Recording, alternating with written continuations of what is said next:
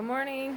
Uh, I'm standing next to my washing machine because it's making less noise than my fans that I have going. It's 6 o'clock in the morning. Okay, maybe it's almost 7. I don't know. Yeah. So, yeah, I still have the fans going because it's cooler outside than it is in here.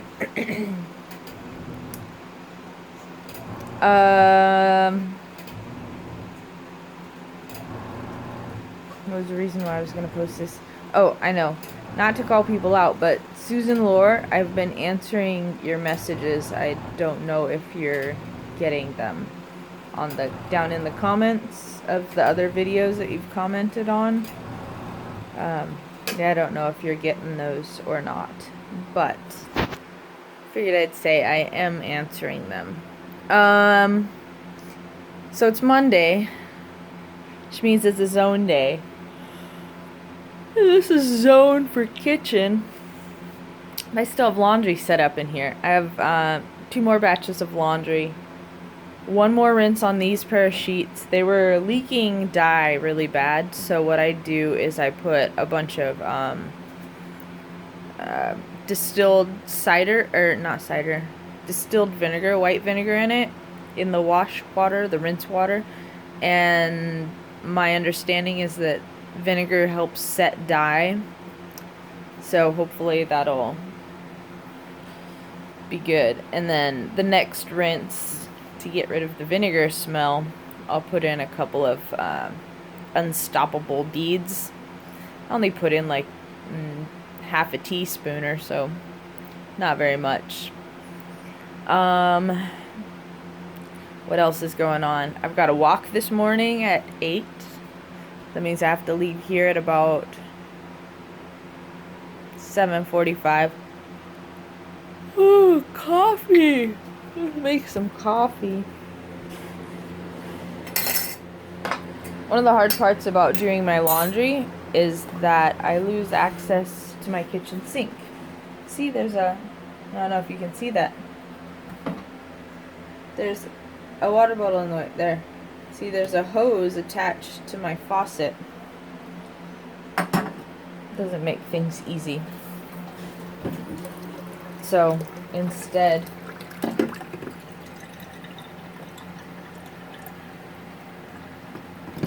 I don't know if you could even see that. I harvest the water out of fresh water, not like washing water. That's kind of weird and gross.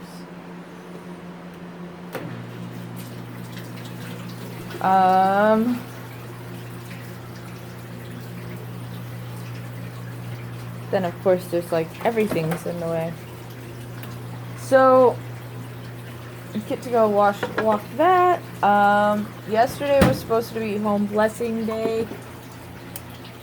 Not gonna beat myself up for not getting everything done because I got a lot of other things done. So it's kind of like, that was one of the things with the Fly Lady method, is that there is a lot of forgiveness for not getting things started or not being caught up or falling behind. You just start where you're at, and that's like the big point of it. It's not a quit playing the game of catch up is a big part of it, which I know I totally just caught up this weekend, but it was my summer vacation, all 3 days of it. Figured I'd catch up on some projects I'd been meaning to do, and I was motivated and I wasn't tired, and my meds are working, you know, all that kind of stuff. Using vinegar in the wash is kind of interesting because I smell pickles. It smells like pickles.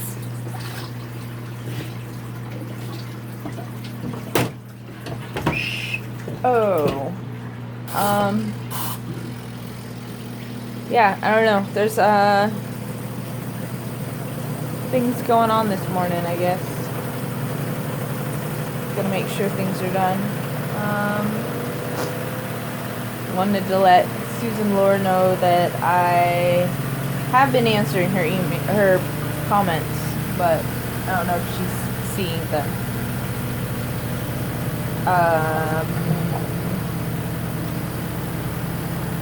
I had mine set up before I started making YouTube, so I wasn't like using the app. I was using the computer mostly. My comments would still show up in my email that somebody commented on my comment or liked my comment or whatever. So if that helps, maybe it'll be in your email. I don't know. I need 3 more days of weekends so I can have a weekend. It's gonna be 102 degrees today. Gross. Tomorrow is supposed to be like 103 or something.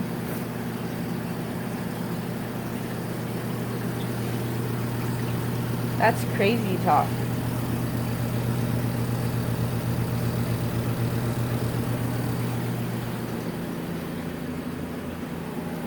Yeah. I know some of you people are like, yeah, 103, that's just another day. Not here in Oregon. Like, getting waves of heat over 95, that's our heat waves. It's getting over 95. Oh, cool.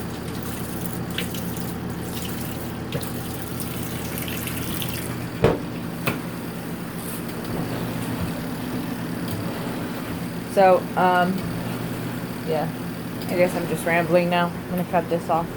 I'm gonna eat breakfast and take my meds and get back on my supplements. My hands have been cramping up, so I figured it's time to get back on my potassium and my manganese or magnesium something. I don't really remember, but I have the pills. I just have to remember to take them, which would help if I had my desk unburied. Goals for this week, I guess. So, alright. Oh, you guys go. Have a great day. Happy Monday. Happy Labor Day. Happy barbecue. Make sure that you guys have hoses set up if you guys are running fires because, well, at least here in Oregon, everything's really dry. Did you guys hear? I don't know. You guys probably didn't hear. Some kid was up on a hiking trail. It's kind of a notorious hiking trail for, like, not teeny boppers, but, like, teenagers. 16, 17, 18. And at the end of the 2-mile hiking trail, there's, like, a really awesome, picturesque swimming hole. It's, like, a waterfall lands in this. Yeah, it's really cool.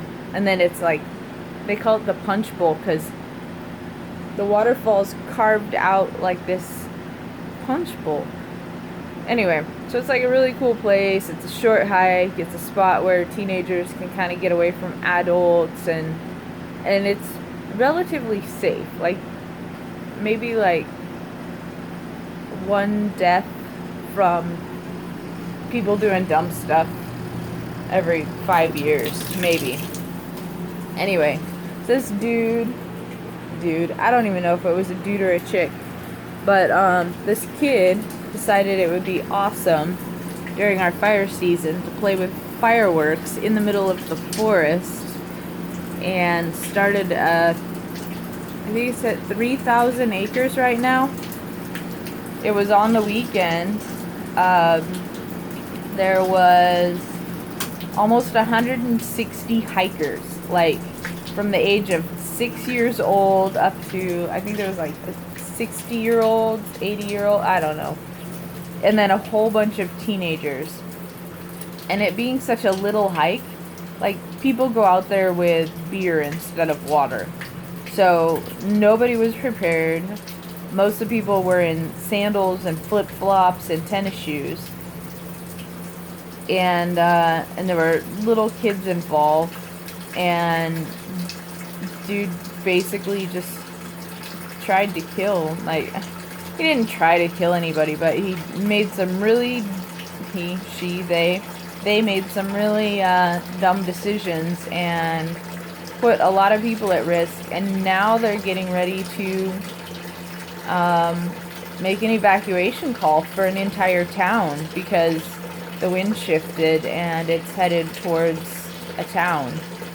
The fire is headed towards a town. So, yeah, just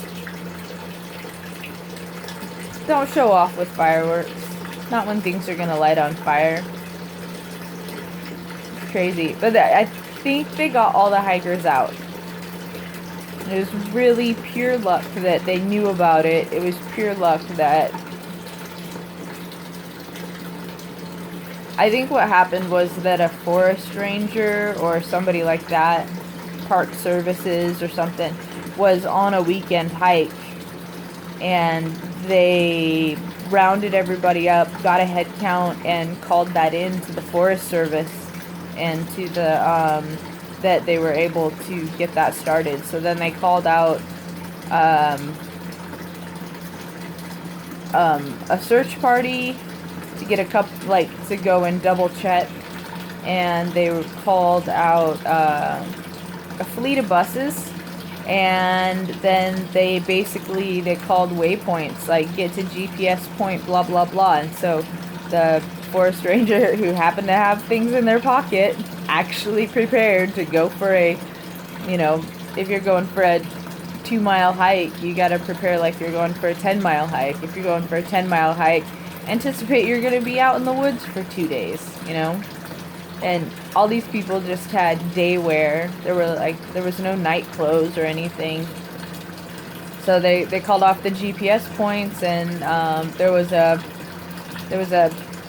provisions drop there. They brought a helicopter in and dropped in some jackets and some food and water, and that's...